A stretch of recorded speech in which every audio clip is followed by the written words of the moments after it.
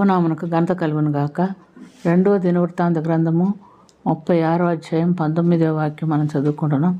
అదియు కాక కల్దీయులు దేవుని మందిరమును తగులుబెట్టి యెరూషలేము ప్రాకారమును పడగొట్టి దాని యొక్క నగరులన్నిటినీ కాల్చివేసిరి. దానిలోని ప్రశస్తమైన వస్తువులన్నిటినీ బొత్తిగా పాడు చేసిరి. ఇక్కడ మనం గమనించినప్పుడు ఇశ్రాయేలీలు దేవునికి, యూదా వారు కూడా దేవునికి విరోధంగా జీవించినప్పుడు దేవుడు వారి మీద అలివి కానీ కోపం వచ్చింది. అందునిమిత్తం వారిని శిక్షిస్తున్నటువంటి విధానాన్ని మనం ఇక్కడ గమనిస్తున్నాం. ఆయన వారికి ఎన్ని మార్లు ప్రవక్తలను, దేవసేవకులను పెందలక్కడనే పంపించి హెచ్చరించినప్పటికీ వారు దేవుని మాటకి లోపడలేదు. వాళ్ళు తమ ప్రవక్తలను ఎగతాళి చేస్తూ దేవసేవకులని నిందిస్తూ ఇబ్బంది పెట్టినందున దేవుని కోపం వారి మీదకి వచ్చింది. వారు అందు నిమిత్తం కల్దీ రాజు అయినటువంటి నెబుకద్నెజరు రాజును పిలిపించి వారిని అతనికి స్వాధీనపరిచినట్టుగా చూస్తున్నాం. దేవుడైన యెహోవా వారు ఐగుప్తు దాసత్వంలో ఉన్నప్పుడు వారిని ప్రేమించి ఐగుప్తు దాసత్వం నుంచి మోషే అహరోనుల ద్వారా విడిపించి దేవుని పని మీద దేవుని యొక్క బిడ్డలుగా వాళ్ళని మార్చి వారిని వాగ్దత్త ప్రదేశమునకు నడిపిస్తున్నట్టుగా మనం చూస్తున్నాం. అయితే సీనాయి పర్వతం మీద దేవుడు వారికి కాకపడి 10 ఆజ్ఞలు ఇచ్చినట్టు చూస్తున్నాం. 10 ఆజ్ఞలో మొదటి ఆజ్ఞ, నీ దేవుడైన యెహోవాను నేనే, వేరొక దేవుడు నీకు ఉండకూడదు. పైన ఆకాశం అందు కానీ కింద భూమి అందు కానీ నేల ఎందు కానీ వేటి రూపమో మీరు చేసుకొనకూడదు, సాగిలపడకూడదు, నమస్కారం చేయకూడదు అని దేవుడు సెలవిచ్చినప్పటికీ వారు వాగ్దత్త ప్రదేశంలోనికి ప్రవేశించి వారు స్థిరపడిన తర్వాత వారు దేవుణ్ణి మర్చిపోయినట్టుగా మనం చూస్తున్నాం. వారు వాగ్దత్త ప్రయాణంలో ఉన్నప్పుడు దేవునికి వ్యతిరేకంగా చేసిన ప్రతి పనిని బట్టి వారు శిక్ష అనుభవిస్తూ 40 సంవత్సరాల అరణ్యంలో తిరుగులాడారు. అయినప్పటికీ దేవుడు వారిని విడిచిపెట్టక కరుణించి మరలా వారిని దీవించి వాగ్దత్త ప్రదేశంలోనికి తీసుకొని వెళ్ళాడు. అలా వెళ్ళినప్పటికీ కూడా వారు దేవుని మర్చిపోయి మేము ఎంత శిక్ష అనుభవించాము, ఎంత శ్రమ అనుభవించాము అనే మాట మర్చిపోయి మరలా వంచి స్థితిలోకి వచ్చినప్పుడు దేవుని విడిచిపెట్టి విగ్రహారాధన చేస్తున్నట్లుగా మనం చూస్తున్నాం. ప్రియమైనటువంటి దేవుని బిడ్డలారా, అందుని బట్టి దేవుడు వారిని దేవుని ఉగ్రతకు గురి చేసినట్లుగా చూస్తున్నాం.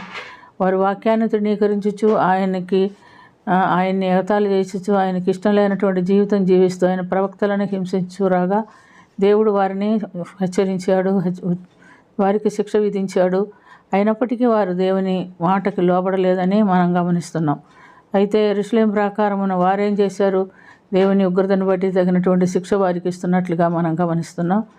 వారు యెరూషలేము ప్రాకారములను పడగొట్టాడు, మందిరమును తగలబెట్టారు.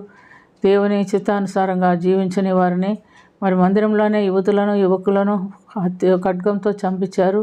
ముసలివారిని, తల నరిసిన వారిని కూడా వారు కరుణ చూపించకుండా చంపించారు. మిగిలిన వారిని చెరలోనికి తీసుకొని పోయినట్టుగా మనం చూస్తున్నాం. కాబట్టి ప్రియమైనటువంటి దేవులారా, ఈ దినం మనం కూడా ఈ లోకంలో జీవిస్తున్నాం. దేవుని వాక్యం ఎక్కడ చూసినా విరివిగా ప్రకటించబడుతుంది. దేవుడు మనల్ని ప్రేమించి ఆయన వెంబడించమని చెప్తున్నాడు. ఆయన వాక్యానుసారమైన జీవితం ఇచ్చి ఉన్నాడు. కానీ ఎంతోమంది వాక్యాన్ని అనుసరించి జీవించలేకపోతున్నారు. ఎంతోమంది రకరకాలైనటువంటి తెగులు, శిక్ష, దేవుని కోపం, ఉగ్రత నుండి తప్పించుకొనలేక ఇబ్బంది పడుతున్నారు. ప్రియమైనటువంటి దేవునిలారా, దేవుడు మనతో ఏం అడిగాడు?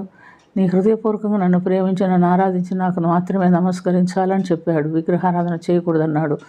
ఆ ఒక్క పని మాత్రమే మనం దేవుని హృదయపూర్వకంగా ప్రేమించాలి.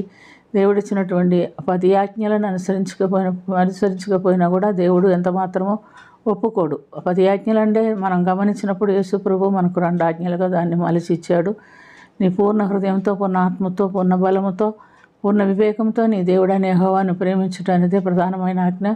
రెండవది నిన్ను వలె నీ పొరుగు వారిని ప్రేమించుట అనేదే ప్రధానమైన ఆజ్ఞాన్ని సెలవిచ్చున్నాడు. ఈ 2 ఆజ్ఞలు అనుసరించి మనం జీవిస్తే మనం దేవుని సన్నిధికి వెళ్ళేదానికి దేవుడు సహాయం చేస్తాడు. కానీ అలా జీవించలేకపోతున్నారు ఎంతోమంది. కాబట్టి ప్రియమైనటువంటి దేవునిలారా, మనం ఎలా జీవిస్తున్నాం? మనం అలా జీవించకపోతే మన దేహం అనే దేవాలయమో పాడు చేస్తే దేవుడు నిన్ను కూడా నేను పాడు చేస్తానని చెప్పి ఉన్నాడు. కల్దీయులు దేవుని మందిరమని కాల్చివేశారు.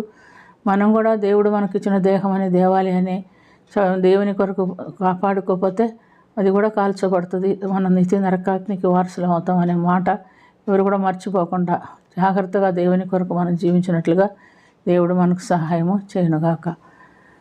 ప్రార్థన చేసుకుందాం. ప్రియ ప్రభువా, మా దేహం అనే దేవాలయం మీరు మాకు ఇచ్చున్నారు. దాన్ని మేము ఎంతో పరిశుద్ధంగా కాపాడుకోవాలి. మీ దేహం దేవునికి ఆలయమై ఉన్నారని, పరిశుద్ధాత్మకు నిలయమై ఉన్నదని మీరు ఎరుగరా అని మీరు అడిగి ఉన్నారు. కనుక పరిశుద్ధాత్మ దేవునికి ఆలయంగా ఉన్నటువంటి దేవుని నిత్యము జాగ్రత్తగా కాపాడుకొనుటకును పరిశుద్ధమైన జీవితం మేము జీవించుటకును మాకు సహాయం చేయమని, శత్రువు చేతిలో మేము చిక్కుపడకుండా ప్రభా నీ నామ ఘనత కొరకు మా జీవితాలు ఉండనట్లుగా మీరు సహాయం చేయమని యేసుక్రీస్తు పుణ్యనామన అతి మిక్కిలి వినయంతో అడిగి వేడుకొనుచున్నాము తండ్రి. ఆమేన్.